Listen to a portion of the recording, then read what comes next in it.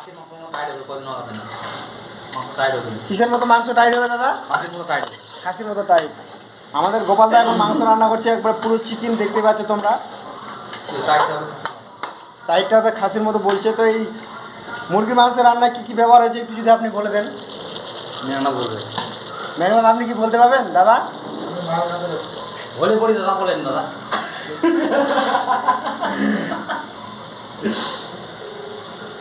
আমাদের ইন্ডিয়া কিন্তু দাদা দিয়েছে আদা রসুন আর পেঁয়াজ, মশলাগুলো দেখে। মশলা বিভিন্ন ধরনের আছে এখানে দেখতে পাচ্ছ।